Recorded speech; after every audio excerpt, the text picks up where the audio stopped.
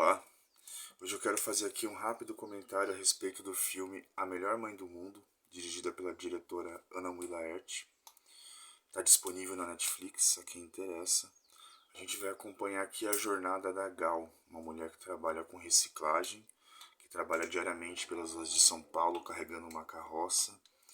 E ela está passando por uma situação que é muito comum, infelizmente, a muitas mulheres do Brasil, né? Ela sofre violência do companheiro Leandro, que é padrasto dos filhos dela, né? A Rihanna de 9 anos e o Benin de 5. Num ato de desespero e coragem, Gal pega os filhos e resolve fugir, sair daquela situação. A gente vai vendo ali uma personagem muito ambivalente, né? Ela não vai encarnar aquele estereótipo da mulher sofrida e nem vai encarnar também o estereótipo da mulher guerreira, né? Esse termo que muitas vezes é usado para romantizar e reduzir a situação que a Gal passa, né? Durante o filme, ela, nessa fuga com os filhos pela cidade de São Paulo, ela acaba escolhendo por não contar a eles a realidade, talvez para protegê-los e também para se proteger. A Gal não é uma mulher que chora e entra em desespero.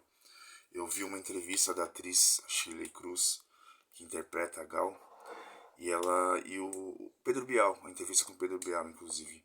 O Pedro Bial pergunta por que a Gal não chora, né? E a Shirley Cruz, né, a intérprete da Gal, ela vai dizer porque as lágrimas secaram, né? É uma mulher que está carregando ali um peso e essa ambivalência de ao mesmo tempo reconhecer aquela violência, também nutrir sentimentos por esse companheiro violento, né? Essa fuga desesperada, ela encontra pessoas que ajudam. Eu acho que esse é um ponto interessante do filme também. Tratar um pouco dessa solidariedade que existe, da importância de uma rede de apoio para essas mulheres que passam por essa situação. E também traz, em contrapartida, uma rede de apoio que talvez não seja tão de apoio assim, né? Porque na medida que ela chega até um destino, da casa da prima dela, a gente vai percebendo ali que o meio em que ela vive, as pessoas que estão ao redor dela, não necessariamente vão ajudá-las e compreendê-la enquanto mulher em situação de violência, né? Tem um ponto do filme muito interessante que a prima dela, que acolhe em sua casa com as crianças, ela diz pra Gal que casamento é assim mesmo, afinal sua mãe também era espancada pelo seu pai. Ela traz a ideia de que é preciso fazer sacrifícios para estar com alguém. E o seu Jorge, que interpreta o Leandro, companheiro da Gal, o homem violento, em determinado momento do filme ele diz pra Gal que eu não sei ser de outro jeito, eu não sei pedir desculpas. Todo mundo tem defeito, e ponto. Como se as coisas fossem naturais, como se fosse assim e tivesse que entender, né? Entender essa situação como sendo natural e assim mesmo. E a gente sabe que não é, né? Essas situações elas acontecem por base de uma estrutura que envolve uma relação de gênero, uma relação de poder, uma relação de submissão, né? E a Shirley Cruz, que interpreta a Gal, ela, ela traz em uma entrevista que ela sempre quis interpretar essa personagem. Ela fez laboratório ali com catadoras, com mulheres que trabalham com reciclagem.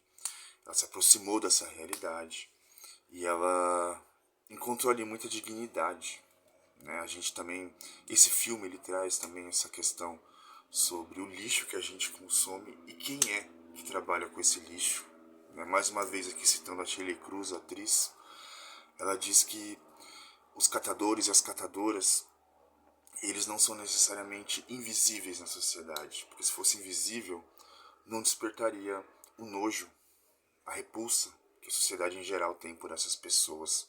Pessoas que vão trabalhar com o lixo que nós produzimos. A gente vê aí essa divisão social, esse abismo social que é apresentado no filme. E voltando um pouquinho à ideia de como as coisas são naturalizadas quando a gente fala de relações de gênero, a gente, a gente encontra aqui um impasse, né, que é o lado do homem, que se vê numa situação de direito sobre o corpo da mulher, e a mulher que se vê submetida a essa situação. Tem uma cena muito emblemática pra mim nesse filme, eu não vou dar spoiler, logicamente, mas é uma cena em que a Gal, ela tá dando banho no Leandro depois que ele bebe e é um pouco agressivo ali com ela quando ela se recusa a ter relação sexual com ele. E naquele momento, uma frase dita por esse homem a respeito da filha da Gal parece que desperta nela ali. Finalmente, não desperta, já estava desperto ali, né? A percepção de que ela estava sofrendo violência.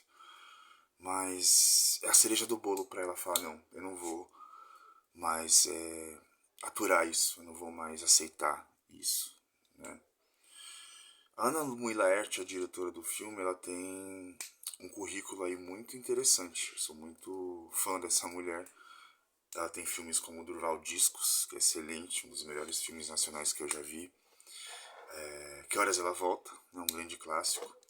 Mãe, Só Há Uma também, um baita filme.